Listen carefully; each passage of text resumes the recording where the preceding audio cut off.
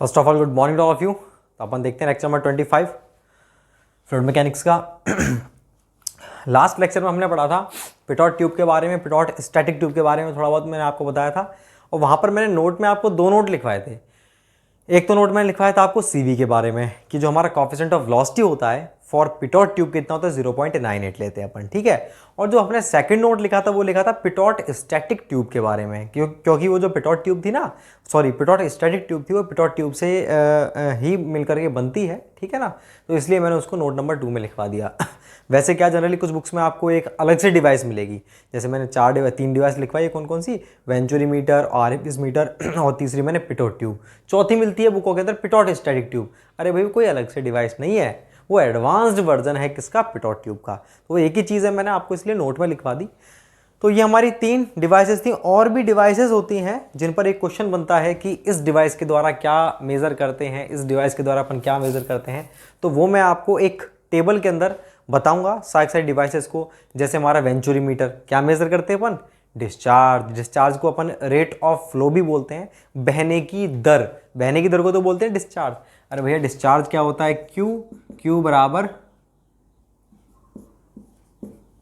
Volume पर time. Volume भाई discharge की यूनिट क्या होती है? मीटर क्यूब पर सेकंड, मतलब वॉल्यूम पर टाइम, टाइम का रेट। तो वॉल्यूम का मतलब क्या है? इतना वॉल्यूम, इतना मीटर क्यूब पानी बह रहा है इतने 1 सेकंड में, ठीक है। 2 मीटर मान लो इसकी वैल्यू है 2 मीटर क्यूब पर सेकंड। तो इसका मतलब क्या हुआ? इसका मतलब है कि 1 सेकंड में 2 मीटर क्यूब पानी बह रहा है। तो पानी के बहने की दर को ही अपन क्या बोलते हैं? डिस्चार्ज बोलते हैं। डिस्चार्ज क्या होता है हमारा? 2 मीटर क्यूब पर सेकंड, मतलब ये अपने पानी के बहने की दर को डिनोट करता है, ठीक है। तो चाहे बोले अपन कि वेंचुरी मीटर के द्वारा क्या ज्ञात करते हैं, ऑप्शन 4 है हमारे पास। पहला ऑप्शन है क्या हमारा? वेंचुरी मीटर के द्वारा ज्ञात किया जाता है वेलोसिटी। दूसरा है वॉर्टिसिटी। तीसरा है वॉल्यूम। चौथा है हमारा रेट ऑफ फ्लो। तो आपने सोचा सर जो हम ज्ञात करते थे डिस्चार्ज ज्ञात करते थे, इससे तो डिस्चार्ज तो ऑप्शन में नहीं है। लेकिन हाँ ऐसा हो सकता है कि Q बराबर एरिया इंटू वेलोसिटी, मतलब हम उससे वेलोसिटी निकालते हैं। तो हमने आंसर लगा दिया वेलोसिटी। नहीं, गलत है।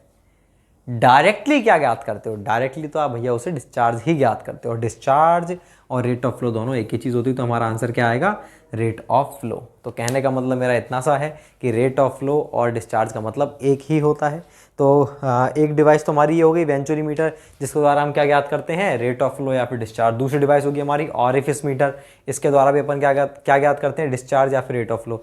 तीसरी डिवाइस होती है नोजल मीटर, वो भी कुछ ऐसा ही होता है अरेंजमेंट हमारा, उसके द्वारा भी अपन क्या ज्ञात करते हैं? डिस्चार्ज या फिर रेट ऑफ फ्लो। और चौथा होता है हमारा बेंट या एल्बो मीटर, उसके द्वारा भी अपन यही ज्ञात करते हैं। रोटा मीटर, उससे भी डिस्चार्ज या रेट ऑफ फ्लो ज्ञात की जाती है। रोटा मीटर के बाद में आता है हमारा पिटोट ट्यूब, उसको आप जानते हो। पिटोट ट्यूब के द्वारा डिस्चार्ज मेजर नहीं करते, उसके द्वारा वेलोसिटी को मेजर किया जाता है। कौन सी वेलोसिटी? सीपीएफ में या फिर ओसीएफ में? भैया दोनों में। पिटोट ट्यूब का यूज़ सीपीएफ की वेलोसिटी को ज्ञात करने में भी कर सकते हैं और ओसीएफ की वेलोसिटी को भी ज्ञात करने में कर सकते हैं पिटोट ट्यूब। पिटोट ट्यूब के बाद में अपना कौन सा आता है?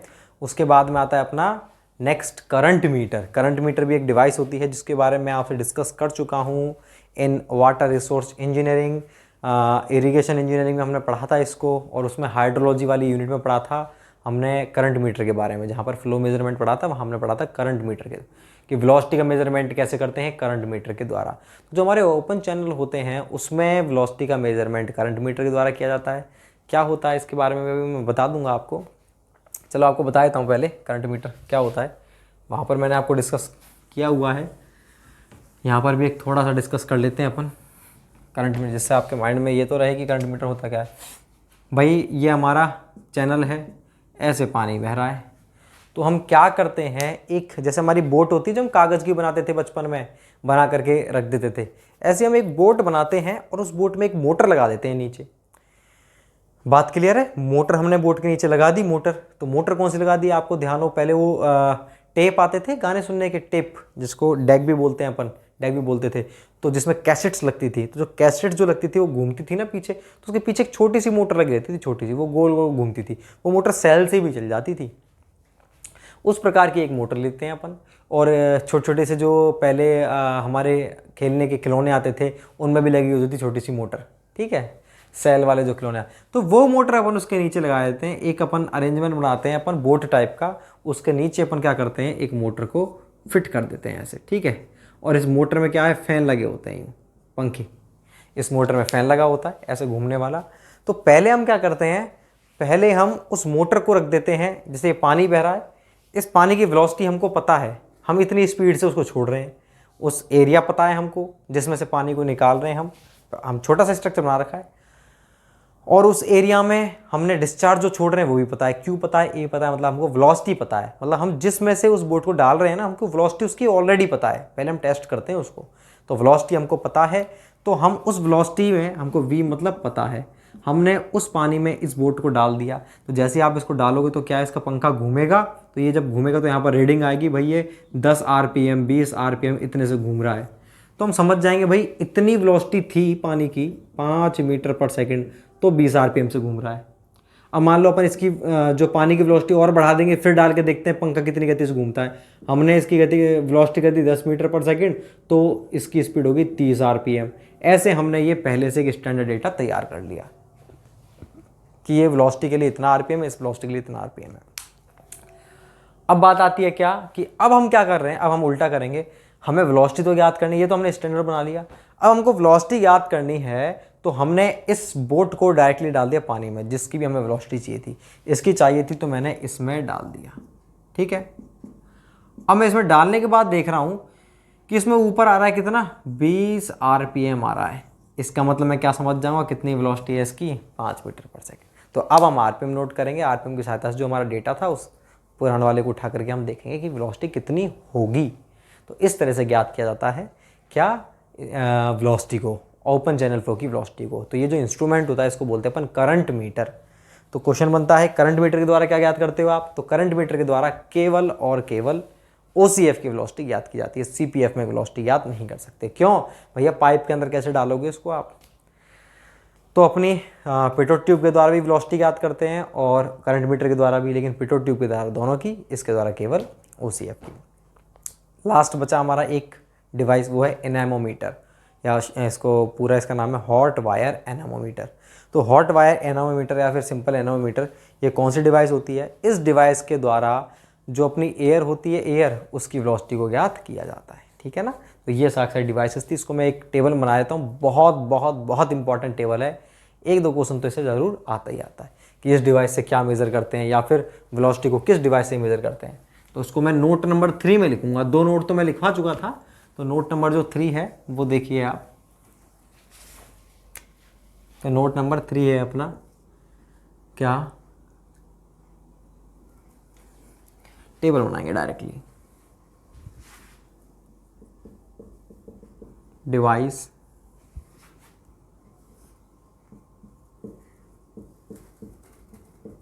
मेजरमेंट,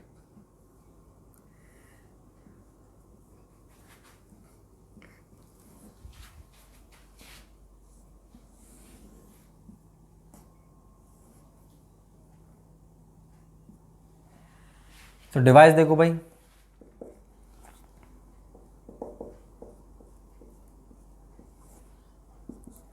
सबसे पहले है venturi meter, orifice meter, nozzle meter, bent meter या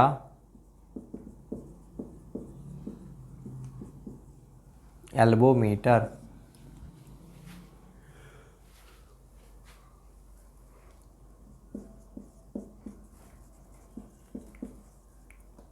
rotameter, pitot tube,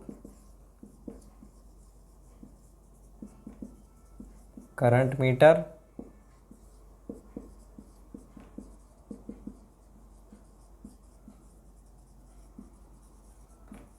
hot wire anemometer. तो भैया वेंचुरी मीटर के द्वारा डिस्चार्ज या कहा जाए रेट ऑफ फ्लो, तो इसके द्वारा अपन डिस्चार्ज मेजर करते हैं या फिर रेट ऑफ फ्लो, एक ही बात है। इसके द्वारा भी सेम करते हैं अपन, तो मैं इसको डू लिख रहा हूँ, डू का मतलब सेम। ये नोजल मीटर के द्वारा भी सेम, आप पूरा लिखना भाई discharge rate of flow. Bent metre के द्वारा भी सेम, और ये रोटा मीटर के द्वारा भी सेम। पिटोट ट्यूब के द्वारा velocity in CPF and OCF। CPF close pipe flow और ओपन चैनल फ्लो दोनों में वेलोसिटी को मेजर करते हैं, किसके द्वारा? पिटोट ट्यूब के द्वारा। और करंट मीटर के द्वारा वेलोसिटी याद करते हैं, velocity in open channel flow. Hot wire anemometer, इसके द्वारा क्या याद करते हैं अपन?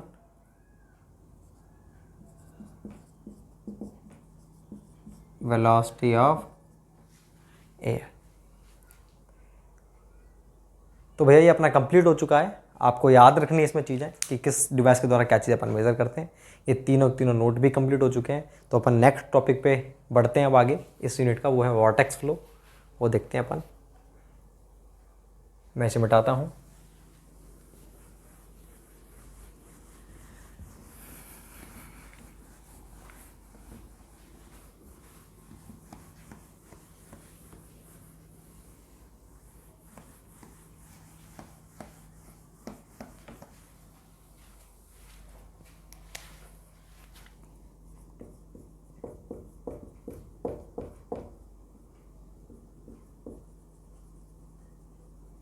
Vortex flow. देखो भाई, पहले वॉर्टेक्स फ्लो, वॉर्टेक्स वर्ड का मतलब समझो क्या होता है। वॉर्टेक्स का मतलब है हमारा कोई भी रोटेटिंग फ्लूइड है ना, रोटेटिंग मतलब घूमता हुआ, रोटेटिंग फ्लूइड का जो मास होता है, जो द्रव्यमान होता है, उसको अपन बोलते हैं वॉर्टेक्स। किसी भी रोटेटिंग फ्लूइड के मास को वॉर्टेक्स कहा जाता है।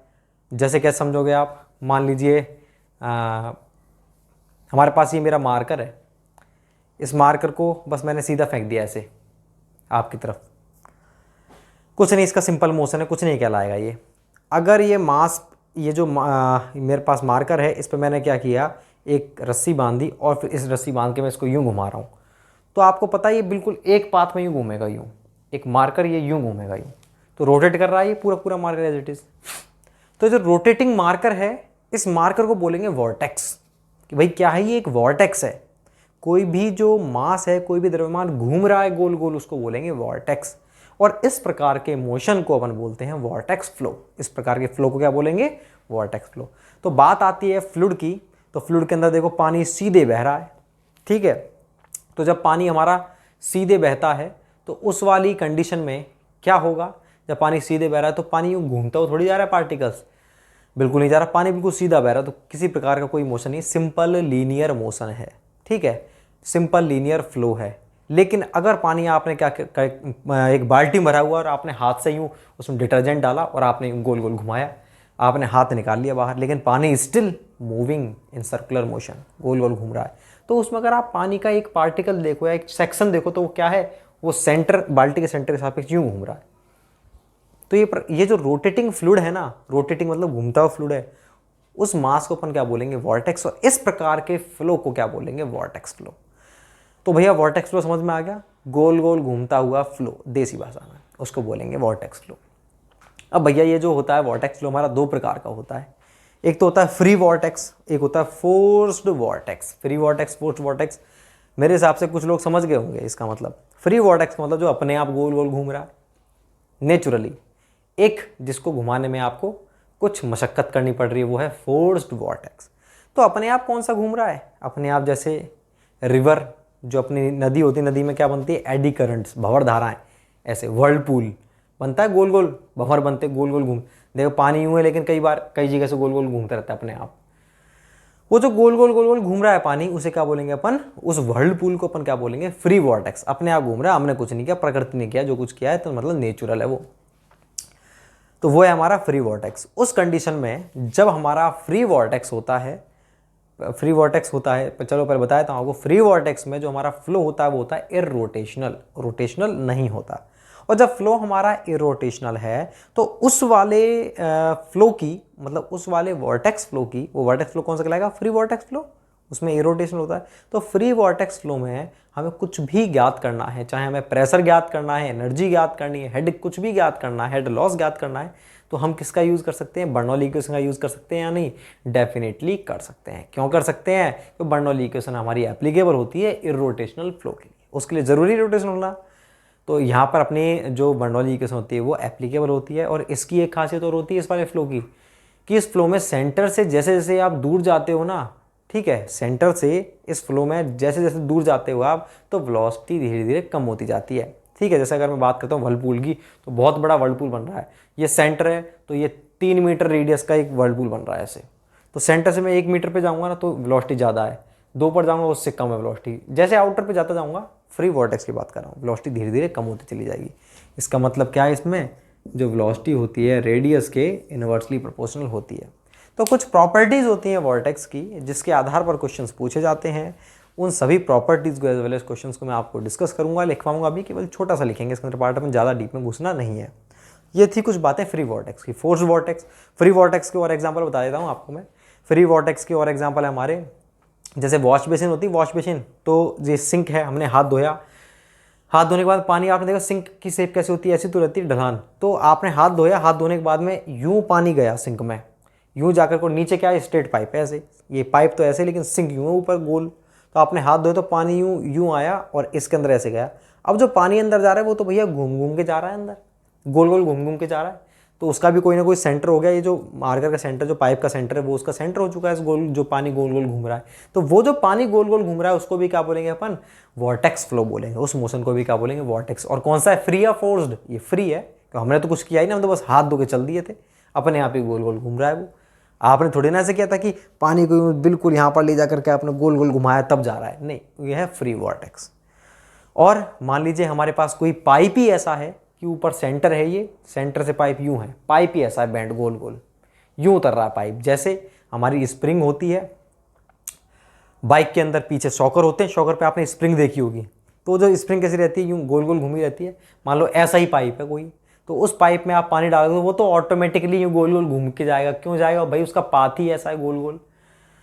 तो इस प्रकार के पाइप में भी फ्लो, ये जो सर्कुलर पाइप होते हैं, सर्कुलर बैंड पाइप होते हैं, उनमें भी फ्लो कैसा होगा? हमारा फ्री वॉर्टेक्स फ्लो होगा। ठीक है, जैसे हमारे ये अम्यूजमेंट पार्क होते हैं, स्विमिंग पूल में जो पार्क होते हैं ना, वाटर पार्क आपने देखे होंगे, तो उसमें होते हैं ना ऐसी इस तरह की रहती है स्लाइडिंग्स, यूँ गोल गोल गोल गोल, उसमें ऊपर से आदमी बैठता है और यूँ गोल घूमता घूमता आता है पानी के साथ। तो उस स्लाइडिंग के अंदर पानी का जो फ्लो है वो कौन सा होगा? हमारा फ्री वॉर्टेक्स फ्लो होगा। अब हम बात करते हैं फोर्स्ड वॉर्टेक्स फ्लो की। तो भैया फोर्स्ड, तो फ्री वॉर्टेक्स फ्लो कौन सा होगा? वो सभी वाटर के, रोटेटिंग वाटर के फ्लो फ्री वॉर्टेक्स कहलाएंगे, जिनमें हमें कोई एनर्जी एक्सटर्नल लगानी नहीं पड़ रही। नेक्स्ट फोर्स्ड वॉर्टेक्स की बात करें, जिसमें हमको फोर्स लगाना पड़ रहा है गोल गोल घुमाने के लिए। जैसे सबसे पहले आपके माइंड में क्या आया? सबसे पहले माइंड में मेरे आया क्या? मेरे माइंड में बताया भाई मैं नींबू की शिकंजी बना रहा हूँ। तो मैंने क्या किया, जो हमारे पास ग्लास है उसमें पानी डाल दिया, नींबू डाल दिया, चीनी डाल दी, नमक डाल दिया। अब क्या कर रहा हूँ? चम्मच लेकर के कर रहा हूँ ऐसे, गोल गोल घूम रहा नहीं घूम रहा, चम्मच बाहर निकाल दी, लेकिन वो घूमा क्यों? Due to external energy. आपने एक एक्सटर्नल एनर्जी दी जिसके कारण गोल गोल घूम रहा है, तो वो कौन सा है? हमारा फोर्स्ड वॉर्टेक्स। और कौन सा हो गया हमारा? और हमारा जूसर मिक्सर, सबसे बेस्ट एग्जांपल। आपने उसमें एक मिक्सर लिया, मिक्सर में आपने क्या कर दिया? जूसर के अंदर 2 बनाना डाले, दूध डाला और पीनट बटर डाला, चीनी डाली, बादाम डाले, काजू, जो कुछ डालना है डालकर बंद कर दिया और उसको ऑन कर दिया। ऑन करते नीचे के ब्लेड घूमने लगे, तो वो जो लिक्विड है उसको घुमा रहे हैं, तो वो एक्सटर्नल एनर्जी प्रोवाइड कर रहे हैं, नहीं कर रहे हैं अपन, तो वो भी फ्लो कौन सा होगा हमारा? वो वाला फ्लो भी हमारा कौन सा होगा? वो भी फोर्स्ड वॉर्टेक्स कहलाएगा। ठीक है, तो जूसर के अंदर, जूसर मिक्सर में फ्लो होता है वो फोर्स्ड वॉर्टेक्स। वॉशिंग मशीन में कहा जाए उसके अंदर भी पानी का फ्लो फोर्स्ड वॉर्टेक्स होगा। और जो हमारे सेंट्रीफ्यूगल पंप होते हैं उनमें तो होगा ही होगा, क्योंकि वो तो घुमाता ही पानी को ऐसे। सेंट्रीफ्यूगल पंप हुए, टरबाइन हुए, इन सब के अंदर कौन सा फ्लो होता है? हमारा फोर्स्ड वॉर्टेक्स फ्लो होता है। तो फोर्स्ड वॉर्टेक्स फ्लो के अंदर क्या क्या प्रॉपर्टीज़ होती है? पहला तो इसका एग्जाम्पल हो गया। अब देखो इसमें प्रॉपर्टीज़ होती है कि ये जो फ्लो होता है हमारा फोर्स्ड वॉर्टेक्स फ्लो, ये जनरली कौन सा फ्लो होता है हमारा? ये होता है रोटेशनल। और अगर कोई फ्लो रोटेशनल है तो वहाँ पर हम बर्नौली इक्वेशन को अप्लाई नहीं कर सकते, पहली कमी। तो यहाँ पर हमको कुछ भी ज्ञात करना है तो हम बर्नौली इक्वेशन को अप्लाई करके ज्ञात नहीं कर सकते कि हमने बर्नौली इक्वेशन अप्लाई करी, एनर्जी निकाली, प्रेशर निकाल दिया, नहीं। दूसरी बात आती है हमारे इसके अंदर कि जो हमारा फोर्स्ड वॉर्टेक्स फ्लो होता है ना, इसमें जो जैसे जैसे हम सेंटर से बाहर की ओर जाते हैं, ठीक है, तो इसकी वेलोसिटी बढ़ती जाती है। आप चाहे देखो जूसर मिक्सर में बाहर की तरफ जो बिल्कुल एंड पे जो घूम रहा है लिक्विड, उसकी वेलोसिटी ज़्यादा होती है in comparison to central liquid. तो जैसे जैसे आप सेंटर से दूर जाते हो तो वेलोसिटी बढ़ती जाती है, मतलब इस वाले केस में v is directly proportional to r होता है। रेडियस बढ़ेगी, वेलोसिटी भी बढ़ेगी, ठीक है ना। तो ये कुछ पॉइंट होते हैं हमारे वॉर्टेक्स फ्लो के। तो वॉर्टेक्स फ्लो कंप्लीट हो चुका है अपना, इसके बारे में अपन लिखेंगे। अब मैं आपको बताता हूँ आपको क्वेश्चन कौन कौन से याद रखने हैं इसके अंदर। देखो भैया, 2 प्रकार के क्वेश्चन वॉर्टेक्स फ्लो जो होता है हमारा कितने प्रकार का होता है, फ्री और फोर्स्ड, दोनों में 3 क्वेश्चन है बस दोनों के अंदर, चाहे फ्री हो चाहे फोर्स्ड हो। पहला तो है भैया एग्जाम्पल, कि वर्लपूल किसका एग्जाम्पल है, फ्री वॉर्टेक्स का। या कहा जाए फ्री वॉर्टेक्स का निम्न में से कौन सा एग्जाम्पल है। 4 ऑप्शन आ गए, turbine, centrifugal pump, hand wash basin और चौथा जूसर मिक्सर। तो कौन सा आएगा, हैंड वॉश बेसिन। या फिर फोर्स्ड वॉर्टेक्स का पूछ लिया, फोर्ड वॉर्टेक्स का एग्जाम्पल कौन सा है। 4 ऑप्शन हमारे दे रखे हैं उसने, कौन कौन सा दे रखा है उसने अपन को, hand wash basin, Whirlpool, circular bent pipe motion, या चौथा दे रखा है सेंट्रीफ्यूगल पंप। तो क्या आएगा, सेंट्रीफ्यूगल पंप। पहला तो क्वेश्चन आएगा हमारा एग्जाम्पल के ऊपर, एग्जाम्पल दे करके पूछेगा टाइप ऑफ फ्लो कौन सा है। दूसरा हमारा क्या है दूसरा आएगा कौन सा फ्लो रोटेशनल इरोटेशनल, कि हमारा फ्री वॉर्टेक्स फ्लो रोटेशनल होता है, इरोटेशनल होता है, क्या होता है। और इसी के बेसिस पे बर्नौली, कि फोर्स्ड वॉर्टेक्स में बर्नौली इक्वेशन अप्लाई कर सकते हैं, कॉन्टिन्यूटी कर सकते हैं ऐसे। तो भैया जो हमारा फ्री वॉर्टेक्स होता है वो होता है इरोटेशनल, और इरोटेशनल तो बर्नौली इक्वेशन अप्लाई कर सकते हो। और वो होता है कौन सा, रोटेशनल, मतलब बर्नौली इक्वेशन अप्लाई नहीं कर सकते। दूसरा क्वेश्चन। तीसरा क्वेश्चन आता है हमारा क्या, कि सेंटर से जैसे जैसे आप बाहर जाते हो तो वेलोसिटी क्या होती है हमारी। इस वाले केस में तो सेंटर से दूर जाने पर वेलोसिटी घटेगी और उसमें बढ़ेगी। ये तो ये आपके केवल 3 क्वेश्चन बनते हैं, उन सबको अपन लिखेंगे 1 बाय 1। पहले मैं आपको इसके बारे में डिटेल में लिखवा देता हूँ।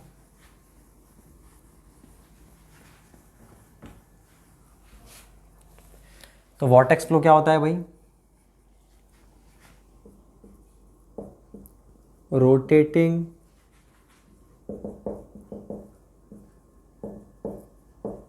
फ्लूइड के मास को वॉर्टेक्स कहा जाता है। वह लिक्विड के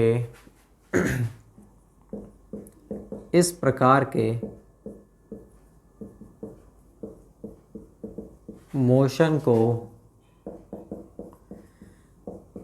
वॉर्टेक्स फ्लो कहते हैं।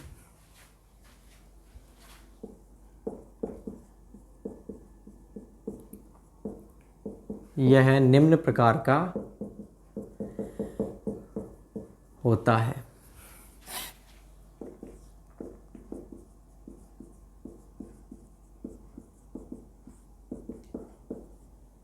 Free vortex flow. तो भैया फ्री वॉर्टेक्स फ्लो हमारा कौन सा फ्लो होता है, वो लिखते हैं अपन।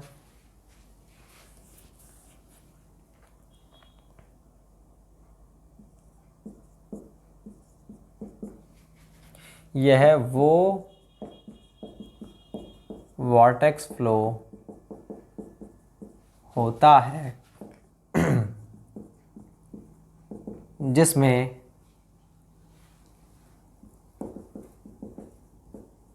फ्लूइड को रोटेट कराने के लिए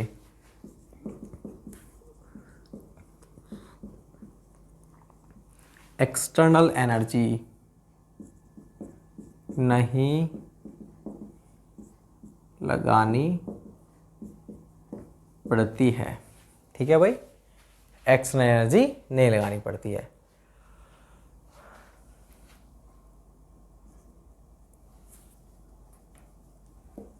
यह है इरोटेशनल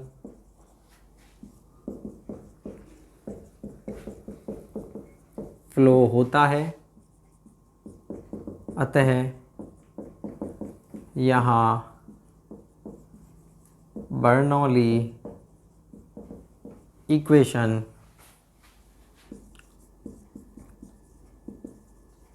एप्लीकेबल होती है।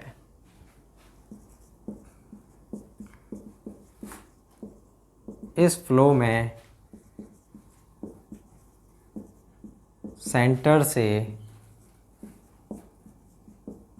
दूर जाने पर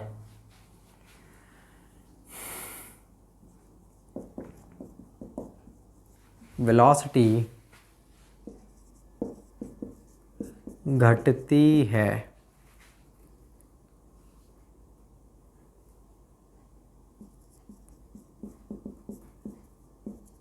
अतः यहाँ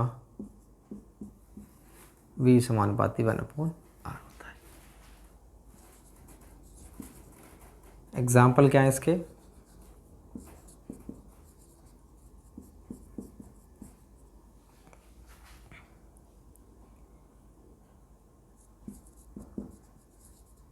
river, whirlpool, hand wash basin और circular band pipe flow etcetera. तो भाई ये हमने लिखा है किसके बारे में? फ्री वॉर्टेक्स फ्लो के बारे में। ऐसे मैं आपको फोर्स्ड वॉर्टेक्स फ्लो के बारे में इसी में लिखवा दूंगा, आप इसको उतारो, मैं तो इसी में चेंज कर दूंगा। मेरे पास ये सुविधा है, आपके पास नहीं है, तो आप इसको उतार लो पहले, ठीक है ना। ऊपर वाला तो मिटा देता हूँ मैं।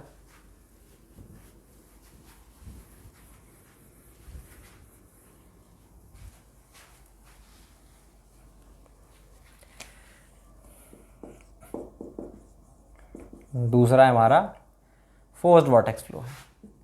यह है वो वॉर्टेक्स फ्लो होता है जिसमें फ्लूइड को रोटेट कराने के लिए एक्स्ट्रा एनर्जी लगानी पड़ती है। यह कैसा होता है? ये वाला भैया रोटेशनल फ्लो होता है। अतः यहाँ बर्नौली इक्वेशन एप्लीकेबल नहीं होती है। इस फ्लो में सेंटर से दूर जाने पर वेलोसिटी बढ़ती है। अतः यहाँ v समानुपाती r। एग्जाम्पल की बात करें तो इसमें क्या होगा?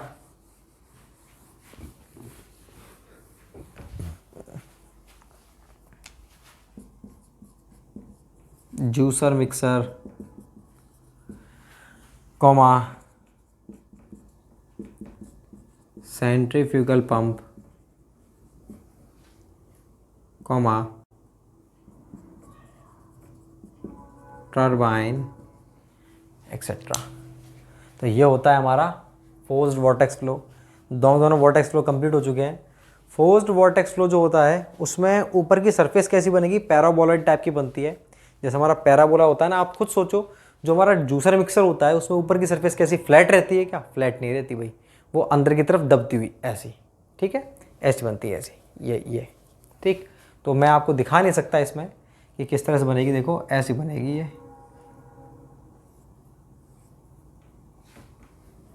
जैसे मान लीजिए हमारा जूसर मिक्सर का ये इसका माउथ है, ये हमारा जूसर मिक्सर है, इसमें ब्लेड लगे हुए हैं ऐसे, तो उसमें फ्लो ऐसी बनती है, ऐसी, ठीक है, इस तरह से। ये सेंटर पर नीचे और चारों तरफ से गहरा रहता है, ये समझ रहे हो? तो इस प्रकार की शेप बनती है इसकी, पैराबोलॉइड टाइप की। तो इस सरफेस की एक इक्वेशन होती है, वो मैं आपको लिखवाता हूँ, वो काम की इक्वेशन है कि जो सरफेस होती है हमारी, जो सरफेस बनती है, पहले मैं आपको बनाता हूँ डायग्राम, तब समझ में आएगा। तो मैं इसे मिटाता हूँ भाई।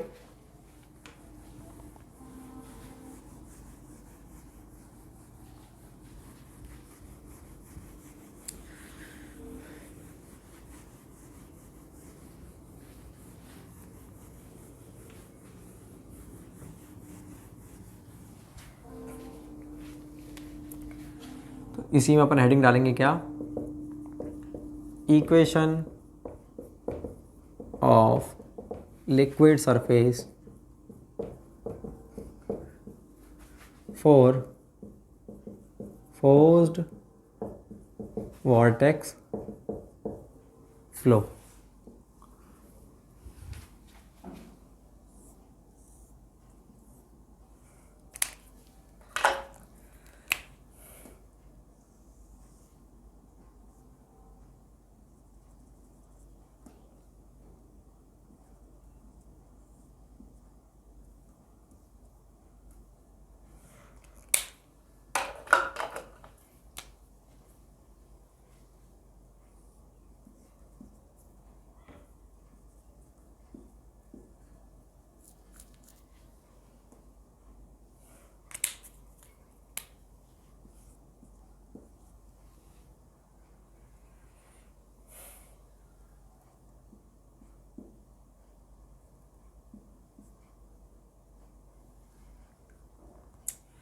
तो भाई देखो आप इसके अंदर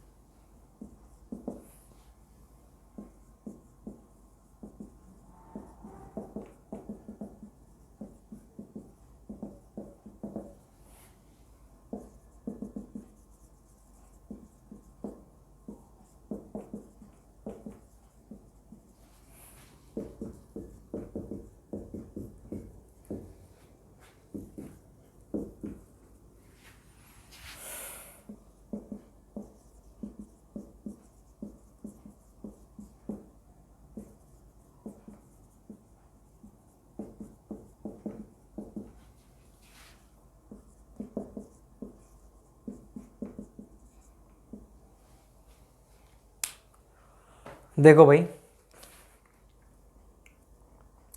क्या है इसके अंदर कहानी, क्या मैं बताना चाह रहा हूँ आपको कि ये जो हमारा सीन है फोर्स्ड वॉर्टेक्स की बात कर रहे हैं केवल। फोर्स्ड वॉर्टेक्स फ्लो में जब ऐसे घूमता है तो हमें देखने जो उसकी सरफेस है उसका सेंटर है ना, सेंटर टॉप मान लो कहीं से मान लो, तो टॉप से मैं देखना चाह रहा हूँ या किसी भी पॉइंट से कि जो हमारी डिस्टेंस है z और ये जो r है, मान लो देखो ये इसका टॉप पॉइंट है, मैं यहाँ से देखना चाह रहा हूँ ये वाले पॉइंट की रेडियस कितनी होगी, यहाँ से यहाँ तक की दूरी r होगी। इस पॉइंट से देखता हूँ थोड़ा नीचे आकर के तो इस पॉइंट तक की दूरी ये रेडियस है, इस पॉइंट से यहाँ तक की दूरी ये भी r है, ये भी r है। तो हम देख रहे हैं r तो बहुत सारे पॉइंट की है भाई, देखो यहाँ से देख रहा हूँ तो यहाँ से यहाँ तक की दूरी क्या है r, और यहाँ से सेंटर तक की हाइट कितनी है z है। तो किसी भी पॉइंट से वर्टिकल एक्सिस जो सेंट्रल एक्सिस है ना उस पर उससे नापेंगे अपन। तो सेंट्रल एक्सिस पे मैं खड़ा हूँ, देखो मान लीजिए इस पॉइंट पर खड़ा हूँ, ये रहा, यहाँ से मैं देख रहा हूँ इस पॉइंट को, तो इस वाले पॉइंट की दूरी कितनी है, यहाँ से यहाँ तक की डिस्टेंस वो है r रेडियस, और इस पॉइंट से वर्टिकल डिस्टेंस ये यहाँ तक की कितनी है अपनी z है। तो z और r में क्या रिलेशनशिप होगी ये चीज़ अपन देखना चाह रहे हैं। उसके आधार पे तो अपनी ये शेप बनेगी भाई। आप जब ग्राफ बनाते हो तो आपको क्या चाहिए, x और y, इनकी सहायता से तो आप बना पाते हो भाई, स्ट्रेट बनेगा, कर्व बनेगा, ऐसा बनेगा, तो इन दोनों की सहायता से दो आपको चाहिए होते हैं ऑर्डिनेट्स। तो ऐसे यहाँ पर है z और r के बीच में, तो क्या रिलेशनशिप होती है यहाँ पर, यहाँ z बराबर क्या होता है omega square r square upon 2g। आप जानते हो यहाँ पे omega square r square upon 2g ये इक्वेशन होती है। तो यहाँ पर क्या होता है भाई, ओमेगा क्या है एंगुलर वेलोसिटी ऑफ लिक्विड, जिस वेलोसिटी से घूम रहा है ना वो है हमारा ओमेगा। r क्या है radius of concern point from centre, centre से लेकर के जो भी वर्टिकल एक्सिस पे कोई भी सेंटर से लेकर के जो कंसर्न पॉइंट मतलब जिस पॉइंट पर आपको चाहिए ना ये रिलेशनशिप, उस पॉइंट की बात कर रहे हैं हम, उस तक की डिस्टेंस क्या हमारी रेडियस r है। मान लो ये यहाँ से देख रहा हूँ तो यहाँ से यहाँ तक की दूरी ये r आएगी, इस पॉइंट को देखना चाह रहा हूँ तो ये दूरी r आएगी। Radius of concern point, concern मतलब जहाँ पर आप देखना चाह रहे हो फ्रॉम सेंटर। z क्या है, ये है vertical distance of concern point, तो ये वर्टिकल डिस्टेंस होती है कंसर्न पॉइंट से वर्टिकल डिस्टेंस, z है हमारी, g की वैल्यू 9.8 मीटर पर सेकंड स्क्वायर है। तो ये इसकी इक्वेशन होती है।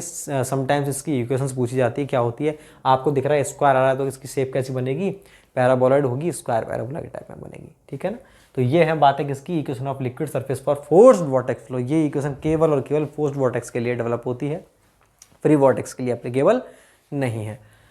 तो आपको इसके अंदर ये चीज़ ध्यान रखनी है क्या होती है equation, omega square r square upon में 2g, ठीक है ना। आपसे कई बार डिस्टेंस पूछ सकता है, रेडियस दे देगा, ओमेगा दे देगा, g दे देगा, डिस्टेंस पूछ रहा है, या z दे देगा w और ओमेगा और g दे देगा तो r पूछेगा, तो आप बता सकते हो।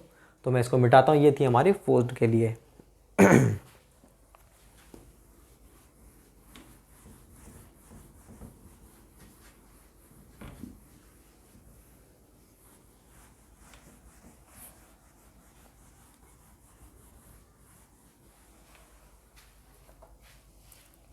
अब एक टॉपिक रह गया हमारा, लास्ट टॉपिक,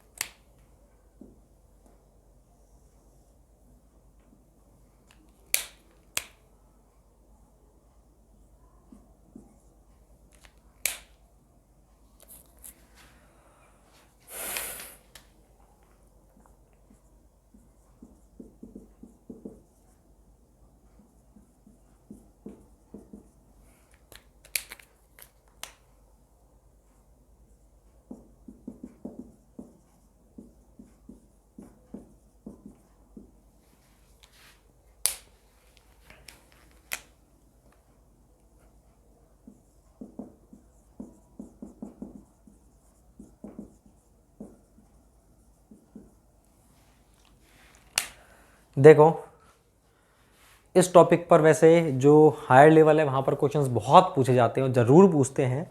जैसे हमारा गेट हुआ, ईएस हुआ या फिर सिविल सर्विसेज, उनमें क्वेश्चन पूछे जाते हैं जनरली।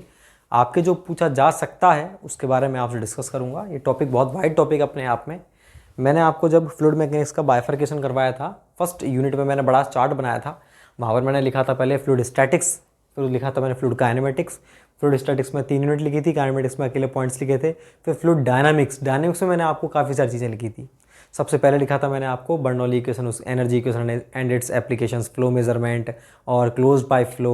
उसमें मैंने लिखा था वॉर्टेक्स फ्लो, और वहीं पर मैंने लिखा था एक टॉपिक और लीनियर इक्विलिब्रियम ऑफ लिक्विड। ठीक है ना। तो लीनियर इक्विलिब्रियम का मतलब क्या होता है, उसको भी हम किस में पढ़ते हैं, उसको भी हम डायनेमिक्स के अंदर पढ़ते हैं। लीनियर इक्विलिब्रियम का मतलब समझो पहले आप क्या होता है। तो मैंने ये बताना चाह रहा हूँ कि मैंने इस टॉपिक को इस यूनिट के एंड में क्यों लिया, क्योंकि ये जो टॉपिक है लीनियर इक्विलिब्रियम बोलते हैं इसको अपन, वो डायनेमिक्स के अंदर ही पढ़ते हैं, इसलिए मैंने इसको इस यूनिट के अंदर लिया है। क्या होता है, मेरे पास कोई बॉक्स है, मान लो चौकोर बॉक्स मान लो ऐसा, उसमें कोई लिक्विड भरा हुआ है, उसकी हाइट है 10 सेंटीमीटर, 5 सेंटीमीटर तक उसमें लिक्विड भरा हुआ है, पानी भरा हुआ है मान लीजिए। अरे भैया मेरे पास कोई परफ्यूम की बोतल है, कुछ भी मान लीजिए आप, जिसमें लिक्विड भरा हुआ है। तो 10 बाई 10 बाई 10 की मेरे पास कोई एक कंटेनर था, बॉक्स था, जिसमें लिक्विड भरा हुआ है 5 सेंटीमीटर तक।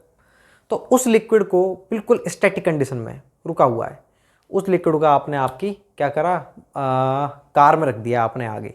आपने ये चीज़ देखी भी होगी। तो आपने इसको कार में रख दिया आगे।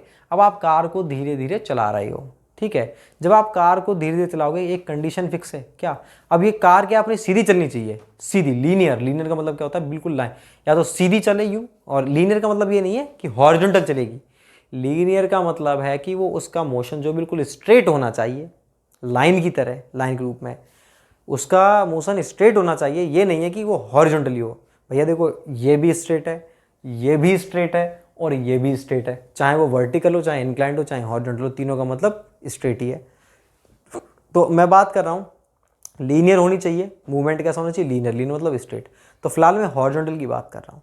जब मैंने उस बॉक्स को आगे रख दिया और मेरी कार मूव कर रही है हॉरिजॉन्टली, बिल्कुल स्ट्रेट, ठीक है, लीनियर, तो क्या होगा कि जो लिक्विड का सरफेस है, सरफेस क्या होगा, ऐसा हो जाएगा। देखो ऐसा, यूं आगे से तो लिक्विड दब जाएगा नीचे, और पीछे से लिक्विड, पहले तो ऐसा था हॉरिजॉन्टल, ये लिख रहा है इनिशियल सरफेस, पहले तो हॉरिजॉन्टल था, लेकिन जैसे आप चलाओगे और उसको किस पर रखोगे, लीनियर तो रहेगा ही रहेगा। ये नहीं कि गाड़ी यूं जा रही है, ऐसे नहीं, आइडियल कंडीशन के लिए लीनियर तो होना ही चाहिए, बिल्कुल स्ट्रेट, स्मूथ रोड हो, कोई गड्ढे वगैरह कुछ नहीं हो, ऐसा मूवमेंट नहीं होना चाहिए, बिल्कुल स्ट्रेट। और दूसरी बात क्या है, उसका एक्सेलरेशन कांस्टेंट होना चाहिए। ये नहीं कि आपने थोड़ी चलाई और फिर रोक दी तो आपका लिक्विड ऐसे होगा, ठीक है, हिलता जाएगा, ऐसा मोशन। लेकिन अगर आपका एक्सेलरेशन बिल्कुल कांस्टेंट है, आपने 10 मीटर पर सेकंड स्क्वायर का आपने एक्सेलरेशन रख रखा है, बिल्कुल फिक्स रख रखा है एक्सेलरेशन, तो क्या होगा कि इसका जो सरफेस है ना, धीरे धीरे, ये इनिशियल था, धीरे धीरे इसका सरफेस यूं इधर से डाउन, आगे से ऊपर से बढ़ता जाएगा और यूं हो जाएगा। और एक्सेलरेशन आपने बढ़ाया, कांस्टेंट रखा, हो सकता है ऐसे होकर के यहाँ तक, फिर ये पानी बाहर निकलने लग गया, ठीक है। तो ये होता है एंगल बनता है। आप थोड़ा सा उठा, एक्सेलरेशन मान लो कम था, 5 मीटर पर सेकंड स्क्वायर था, तो ये इतना सा होकर के रह गया, रुक गया, एज इट इज यूं का यूं बना रहेगा सरफेस। 10 था तो ऐसे, 15 20 पे इसका इंक्लिनेशन ऐसा हो गया, और आपने 20 ही रख रखी है, उसकी एक्सेलरेशन फिक्स रख रखा है, तो ये सरफेस भी फिक्स रहेगा और ये एंगल फिक्स रहेगा। 20 पर मान लो ये एंगल 45 डिग्री है, तो 45 डिग्री एंगल ही बना रहेगा। कौन से केस में, इस वाले केस में, ठीक है। और अगर आपने ये जो एंगल थोड़ा सा और बढ़ाया एक्सेलरेशन, और आपने 25 पे कांस्टेंट कर दिया, थोड़ा सा और बढ़ेगा, और आपने 30 पे कांस्टेंट कर दिया और बढ़ेगा, 40 पे कर दिया और बढ़ेगा, 50 कर दिया तो पानी और होगा, और ये पानी बाहर निकल जाएगा, और लाइन फिर ऐसे खींचेगी। यहाँ तो ऐसे ही रहेगा, यहाँ से इससे ऊपर तो लाइन खींच नहीं सकती सीधी, बस लास्ट यहीं तक रहेगी, फिर वो लाइन क्या है, यहाँ तक आएगी, फिर ये लाइन यहाँ से खिसकना शुरू होगी, धीरे धीरे यूँ यूँ यूँ ऐसे हो जाएगी, और लिक्विड बाकी का बाहर निकलता जाएगा। तो भाई काफ़ी सारे क्वेश्चंस बनते हैं इससे। गेट ईएस में क्या बनता है, एक तो बनता है कि मैक्सिमम इंक्लिनेशन कितना हो सकता है, जब भैया सेंटर से ये बिल्कुल यहाँ पहुँच जाए, ये वाला पॉइंट, और ये वाला पॉइंट यहाँ पे आ जाए, इतना, ये कंडीशन है कि हमारा लिक्विड स्पिल बाहर नहीं होगा, बाहर फैलेगा नहीं। दूसरी कंडीशन कि अगर ये जो दूसरा क्वेश्चन पूछा जाता है कि अगर लिक्विड हमारा फैला, भाई आपने देखा कि कितने, क्वेश्चन कैसे कैसे बनते हैं, कितने एक्सेलरेशन पर जो लिक्विड है बाउंड्री लेवल पर आ जाएगा कि लिक्विड फैलेगा नहीं। कितने एक्सेलरेशन पर? मान लीजिए वो एक्सेलरेशन था कितना मेरा, 10 मीटर पर सेकंड स्क्वायर। तो पहला क्वेश्चन तो ये कि बताओ कितने एक्सेलरेशन पर ये मैक्सिमम इंक्लिनेशन होगा कि पानी बाहर नहीं फैलेगा।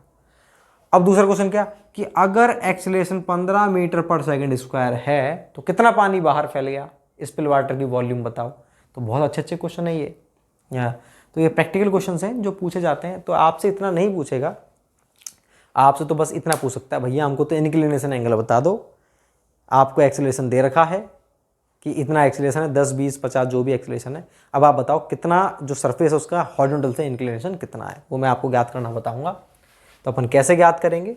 तो आपने ये चीज़ देखी, इसके अंदर दो चीज़ फिक्स है। इसको लीनियर मोशन क्यों बोलते हैं? क्योंकि लीनियर इक्विलिब्रियम क्यों बोलते हैं? देखो इक्विलिब्रियम में है कि नहीं, सरफेस ऐसे यूं नहीं कर रहा है, ऐसा है तो ऐसे कैसे बना रहा है, इसलिए अपन लीनियर इक्विलिब्रियम बोलते हैं। और इसमें फोर्स जो होते हैं इन्वॉल्व होते हैं, इसलिए अपन इसकी स्टडी फ्लूइड डायनेमिक्स के अंदर करते हैं। और इसके अंदर इसलिए मैंने लिखा है इक्वेशन ऑफ फ्री सरफेस, ये जो टॉप सरफेस है, of linear moving liquid at constant acceleration. इसमें एक्सेलरेशन कांस्टेंट होना चाहिए और दूसरा वो लीनियर होना चाहिए। ठीक है, अब लीनियर के अंदर वो हॉरिजॉन्टल मूव कर सकता है, हो सकता है कार हॉरिजॉन्टल चल रही है, हो सकता है हम किस में है, लिफ्ट के अंदर बैठे हुए हैं और अपन बिल्कुल वर्टिकल जा रहे हैं ऊपर और लिक्विड भरा हुआ है ऐसे, तो सरफेस कैसा हो जाएगा, दब जाएगा या इंक्लाइंड हो जाएगा, सारी चीज़ें हैं। और हो सकता है अपन इंक्लाइंड चल रहे हैं ऐसे कांस्टेंट एक्सेलरेशन में, तो इंक्लाइंड आप कैसे चलोगे भाई? कोई ना कोई पहाड़ है मान लो बिल्कुल स्ट्रेट ऐसे है इंक्लाइंड, और आपकी जो गाड़ी चल रही है उस पर, उसमें आपने लिक्विड भर रखा है कंटेनर में, तब सरफेस कैसा बनेगा, तब कितना इंक्लिनेशन होगा, वो अपन सारी चीज़ देखते हैं। मैं वो इक्वेशंस लिखवाता हूँ, एक क्वेश्चन भी करवाऊंगा। तो देखो भाई इक्वेशन क्या होती है, पहला लिखता हूँ मैं, for general case. General case के लिए कैसी इक्वेशन बनेगी हमारी? जनरल केस कौन सा होता है? Inclined movement. तो इंक्लाइंड मूवमेंट है तब मेरा tan थीटा बराबर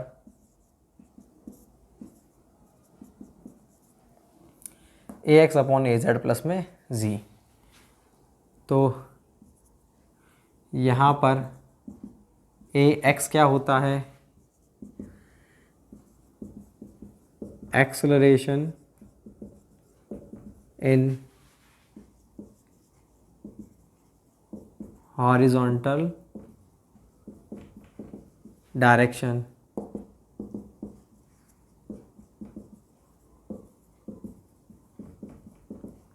देखो भाई ऐसा ही तो होगा ये। अपन को कौन सा पूछ रहा है? ये वाला। इसमें दोनों इन्वॉल्व होंगे, ए जेड भी होगा और ए एक्स भी होगा। अपन इंक्लाइंड चल रहे हैं ना, तो इंक्लाइंड वाले के लिए क्या इक्वेशन है? tan थीटा बराबर ए एक्स अपॉन ए जेड प्लस जी। जी आप जानती हो 9.81। तो आप जब इंक्लाइंड पे चलोगे कांस्टेंट एक्सेलरेशन पे, तो जो भी आपका एक्सेलरेशन है इंक्लाइंड वाला, जो भी एक्सेलरेशन है, मान लो ये आपका ए, इसको आप नाम दे दो ए एक्स वाई जेड, A1 नाम दे दो, A1 एक्सेलरेशन है।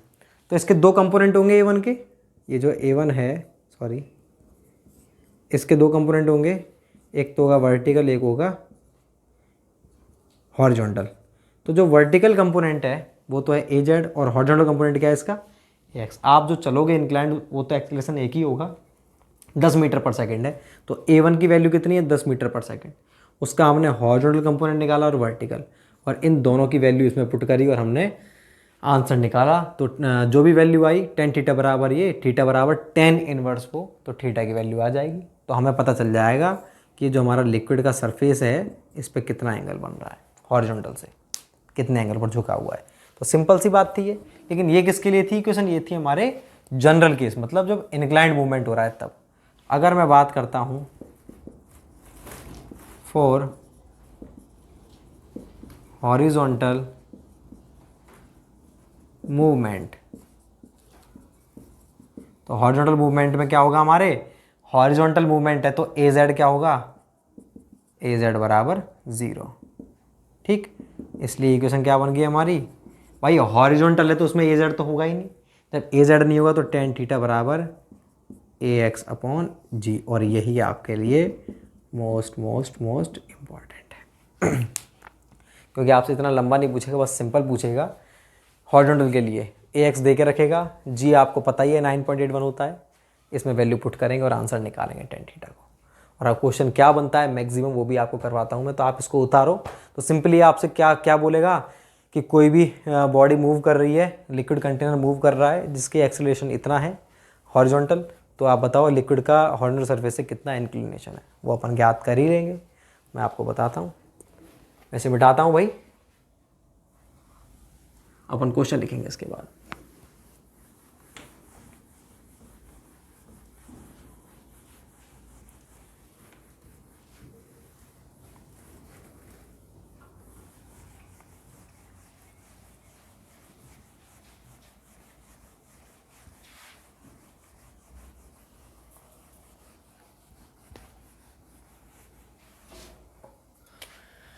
क्वेश्चन है अपना,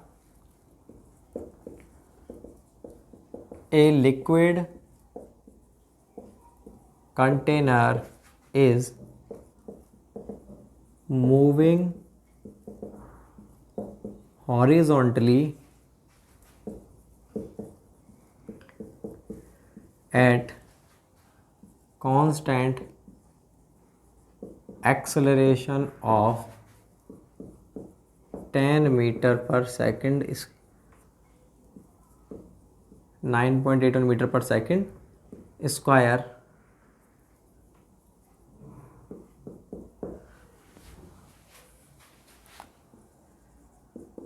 calculate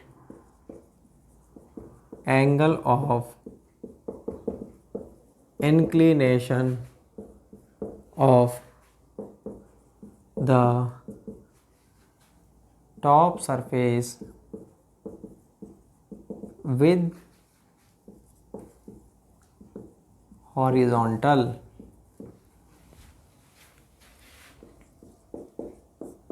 तो भैया क्वेश्चन दे दिया क्या, a liquid container is moving horizontally at constant acceleration of 9.81 metre पर सेकंड स्क्वायर। साफ साफ बोल दिया उसने हमको पहली बात तो हॉरिजॉन्टली, दूसरी बात कांस्टेंट एक्सेलरेशन। तो हॉरिजॉन्टली का मतलब केवल AX आएगा, AZ है ही नहीं, तो कौन सी इक्वेशन एप्लीकेबल होगी, tan थीटा बराबर AX अपॉन में G। Calculate angle of inclination of the top surface with horizontal, horizontal से इस टॉप सरफेस का कितना, मतलब वही थीटा पूछ रहा है अपन से। हमको मालूम है कि ये तो हमारा लीनियर इक्विलिब्रियम का केस है, और इसमें कौन सी इक्वेशन अप्लाई होगी, tan थीटा बराबर AX upon G। tan theta बराबर AX कितना है हमारा 9.81, ये मैंने सिंप्लिसिटी के लिए दे रखा है, और G की वैल्यू कितनी होती है 9.81, कितना आ गया 1। tan थीटा बराबर 1, थीटा बराबर tan इनवर्स 1। तो tan थीटा की वैल्यू 1 किसके लिए होती है, कितने एंगल के लिए, 45 डिग्री के लिए। तो थीटा बराबर कितना आ गया 45 डिग्री। तो ये जो सरफेस बनेगा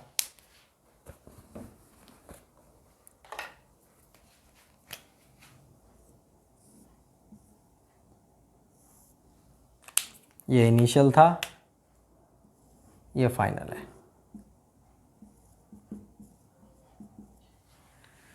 तो ये ऐसे झुक जाएगा हमारा जो लिक्विड है, टॉप सरफेस किस तरह झुक जाएगा, इस तरह से झुक जाएगा। तो ऐसा सिंपल क्वेश्चन पूछा जाता है, और आपको बता दूं 99.99% आपसे इसे क्वेश्चन के रूप में, न्यूमेरिकल रूप में केवल यही पूछ सकता है, यही वैल्यू दे करके, क्योंकि अदर वैल्यूज़ को आप एंगल नहीं निकाल सकते। मान लो थीटा बराबर ये, अगर इनमें से कोई वैल्यू आ रही है 1/√3 वगैरह, तो कोई दिक्कत नहीं है, ठीक है। √3 आ गई, 1/√3 आ गई, 1 आ गई, 0 आ गई, तो आप निकाल दोगे।